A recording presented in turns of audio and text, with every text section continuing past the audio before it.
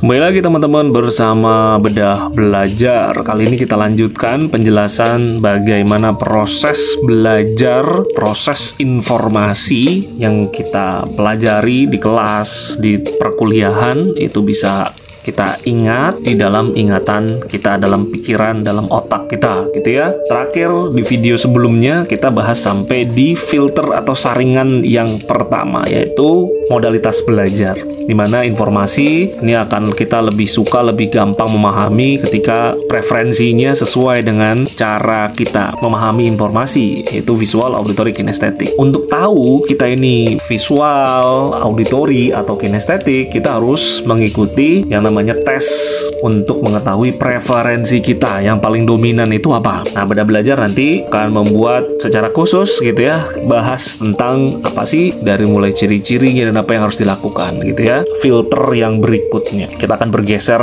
ke filter selanjutnya untuk informasi yang baru saja kita pelajari gitu ya, untuk bisa kita pahami. Nanti kita mundur lagi teman-teman semua. Nah, dalam pikiran kita, dalam otak manusia, ini otak manusia gitu ya, di situ ada yang namanya amigdala, adalah sistem dalam otak kita yang memutuskan gitu ya, apakah informasi yang sedang kita pelajari termasuk kategori mudah atau sulit gitu. Nah, di sini nih prosesnya nih. Ketika dalam prosesnya, dalam proses kita belajar gitu ya, ini dalam proses kita belajar, dalam pikiran kita ini nggak merasakan prosesnya itu mudah.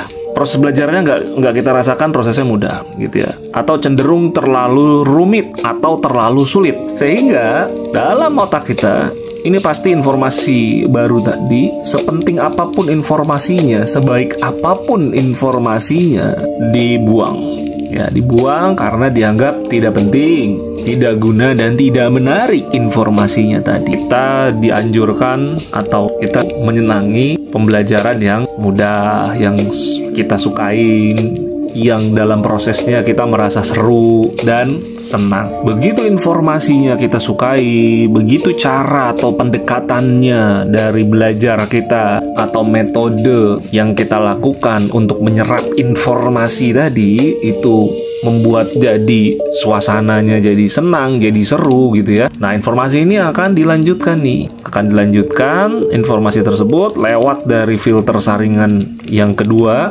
Informasi sebelumnya juga akan ditambahkan. Nah, disinilah kita sebut ingatan kita dengan ingatan yang baru kita pahami. Ada konektivitasnya antara apa yang dulu pernah kita pelajari dan sekarang kita pelajari, sehingga ini akan masuk ke ingatan jangka panjang. Ingatan jangka panjang ini akan masuk lagi nih ke ingatan. Begitu proses seterusnya dalam sebuah pembelajaran, di apapun pembelajarannya ya teman-teman. Jadi penting sekali untuk kita sama-sama pahami gitu ya, cara yang membuat yang pertama nih, filter saringan yang pertama ini lolos preferensinya. Terus yang kedua adalah dia harus mudah, harus kita sukain, harus seru, dan harus senang kita dengan pelajarannya. Pemahaman ini prosesnya panjang kalau kita lihat. Begitulah proses sebuah informasi kita maknai menjadi informasi yang kita pahami sehingga jadi ingatan jangka panjang. Kita penting untuk mengetahui bagaimana cara dan pendekatannya melalui metode belajar.